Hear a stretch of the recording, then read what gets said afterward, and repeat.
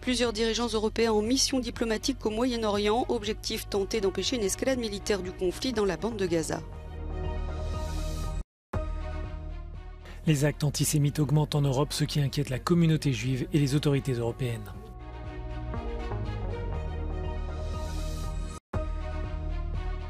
Berlin veut se doter d'une nouvelle loi facilitant les expulsions des demandeurs d'asile déboutés, des clandestins et des trafiquants d'êtres humains. Plus de 40 États américains ont lancé des poursuites contre Meta, accusant ses plateformes Facebook et Instagram de nuire à la santé de la jeunesse. Empêcher une escalade militaire du conflit dans la bande de Gaza, c'est ce que tentent de faire plusieurs dirigeants européens au 19e jour de la guerre déclenchée par l'attaque sanglante du Hamas. Après une visite mardi en Israël et dans les territoires palestiniens occupés, le président français a rencontré les dirigeants égyptiens et jordaniens. Emmanuel Macron a expliqué que la France ne pratique pas le double standard, que le droit international s'applique à tout le monde, que toutes les vies se valent et que l'idée des deux États, Israël et Palestine, vivant côte à côte en paix n'est pas caduque. Il a aussi annoncé l'envoi d'un navire militaire pour soutenir les hôpitaux de Gaza et d'un avion chargé de matériel médical qui doit arriver ce jeudi en Égypte. Les premiers ministres tchèques et autrichiens se sont aussi rendus à Tel Aviv pour exprimer leur solidarité avec le peuple israélien et soutenir le droit d'existence d'Israël. Cette visite vise aussi à coordonner une position commune sur Israël avant la réunion du Conseil européen de ce jeudi à Bruxelles. Celui qui n'entend pas apaiser la situation, c'est le président turc Recep Tayyip Erdogan. Il vient d'annoncer annuler un voyage prévu en Israël. Il a dénoncé l'incapacité des Occidentaux à arrêter la guerre d'Israël contre le Hamas à Gaza, une guerre qu'il qualifie d'inhumaine. Pour certains, ce ne sont que des messages sur un mur. Mais pour d'autres, c'est un signal de peur. Ce graffiti devant un établissement juif est apparu après une manifestation pro-palestinienne dans le quartier européen de Bruxelles. Ces mots n'ont rien d'innocent, comme le souligne un rabbin. You know you are here. You know this is a synagogue, and this is of course the main message. Depuis le début de la guerre entre Israël et le Hamas, les actes antisémites ont augmenté. Ces incidents vont de l'agression verbale à la menace physique, mais aussi à travers des messages de haine en ligne et dans la rue. Si la police a renforcé sa protection autour des établissements, la communauté juive en Europe a peur. C'est une peur et des tensions qu'elle n'avait plus connues depuis des décennies. We do get a lot of information, a lot of calls, a lot of emails from Jewish people from Europe. Both individuals and institutions, synagogues, schools. People see in the street, they get much more remarks, many more bad looks, hatred looks, and call for death and physical incitements. Euronews s'est rendu dans une synagogue dans le centre de Bruxelles, mais n'a pas filmé l'extérieur du bâtiment pour des raisons de sécurité. De telles mesures ont été renforcées car la communauté juive observe des messages de haine sur tout le continent. This is a school in Germany that you could see marked of graffiti. This is a demonstration against Jews that took place in Spain. This is another graffiti on a Jewish house, which reminds us the Kristallnacht, where unfortunately people broke windows of synagogues. Chacun essaye donc de protéger sa famille. There are many people now who secure their doors, install cameras, they change their windows, they try to have bulletproof windows, they try to have fireproof doors, and yet many people know it is not enough. Les réseaux sociaux sont les principaux vecteurs de ces messages de haine. Le rabbin appelle à davantage de contrôle des contenus et à une meilleure sensibilisation à la lutte contre le racisme. La Commission européenne s'inquiète de la prolifération de ces discours et de ces actes haineux qui visent les communautés juives et musulmanes en Europe. Leur protection est la priorité à l'heure actuelle.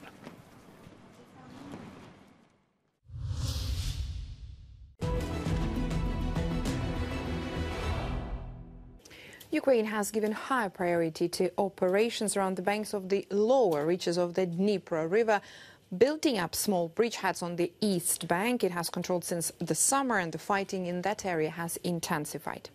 According to the latest assessment by the UK Defence Ministry, Russia has likely been alerted to the possibility of attacks across the river since it withdrew its forces from the western bank 12 months ago. Some of the Russian units previously in the area were diverted to the Orikhiv axis to the east. The Institute for the Study of War says Russian news bloggers claim that Ukrainian forces continue transporting small groups of personnel across the Dnipro River in boats at various points. They also say that Ukrainian forces still control part of Krynki and maintain positions near the Antonivsky Road and rail bridges. According to Russian news bloggers, Ukrainian forces have transferred reserves to the islands in the Dnipro River Delta and are attempting to break through to Poima, which is about 10 kilometers southeast of Kherson city, and Pishanivka, about 14 kilometers east of Kherson city. The Russian Ministry of Defense claims that Ukrainian forces' attempts to capture positions on the east bank were unsuccessful. The UK Defence Ministry notes, as in most sectors, a decisive factor is almost certainly the combatant's ability to bring accurate, intense artillery fire to bear. Initial indications suggest that Russia has maintained a significant artillery capability within range of the river.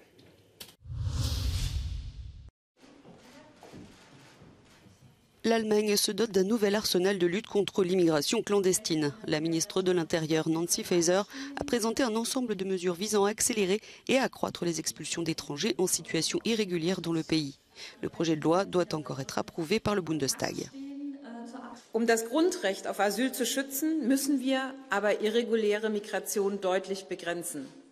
Wer kein Bleiberecht hat, muss unser Land wieder verlassen. Die Zahl der Rückführungen ist in diesem Jahr schon um ca. 27% höher als im Vorjahreszeitraum. Dennoch gibt es erheblichen Handlungsbedarf. Ce projet de loi prévoit notamment d'augmenter la durée maximale de la garde à vue avant expulsion de 10 à 28 jours et de faciliter spécifiquement l'expulsion des personnes qui sont membres d'une organisation criminelle. Il prévoit également de supprimer l'obligation d'informer à l'avance les personnes qui vont être expulsées pour éviter qu'elles ne se cachent. Après de longues tractations, les socialistes espagnols ont scellé un nouvel accord de gouvernement avec la formation de gauche radicale Sumar. Le texte contient un ensemble de 230 mesures, dont un plan de lutte contre le chômage, une hausse du salaire minimum ainsi qu'une réduction du temps de travail sans perte de salaire. Après cette étape indispensable, la reconduction au pouvoir du Premier ministre Pedro Sánchez est désormais entre les mains des partis catalans qui demandent l'amnistie des indépendantistes visés par la justice. Meta est à nouveau dans le collimateur de la justice. Plus de 40 États américains ont lancé des poursuites contre le géant des réseaux sociaux, accusant ses applications Facebook et Instagram de nuire à la santé mentale et physique de la jeunesse. Selon l'accusation, Meta aurait dissimulé la façon dont ces plateformes exploitent et manipulent les consommateurs les plus vulnérables. We know, thanks to our investigation, as well as disclosures by former insiders, that the company knows the following. Instagram is harmful to a significant percentage of teenagers, especially teen girls. They have research that found that 13.5% of teen girls on Instagram say the platform makes thoughts of suicide and self-injury worse. That 17% say it makes eating issues worse, and 32% say it makes body image worse. Cette action en justice représente l'aboutissement d'enquêtes menées depuis 2 ans sur les méthodes des deux plateformes, considérées comme addictives par les autorités américaines. L'hiver approche et les pharmacies européennes sont, cette année encore, confrontées à des pénuries de médicaments. Quotidiennement, les officines doivent remuer ciel et terre pour trouver une solution pour les patients. tous les jours, on est obligé de faire des recherches pour essayer d'assurer le suivi des traitements des patients. On essaie quand même de trouver des alternatives quand il y en a, on essaie de se dépanner entre collègues si c'est possible, et vraiment dans les cas les plus compliqués, ben oui, là on doit dire non, on doit renvoyer vers le médecin pour qu'il change éventuellement le traitement si c'est nécessaire. L'Agence nationale française de sécurité du médicament et des produits de santé a recensé l'année dernière plus de 3700 déclarations de rupture ou de risque de rupture de stock. Pressée par les États membres, la Commission européenne a présenté mardi une série de mesures pour éviter toute pénurie. Elle propose le lancement immédiatement d'un mécanisme européen de solidarité volontaire en matière de médicaments.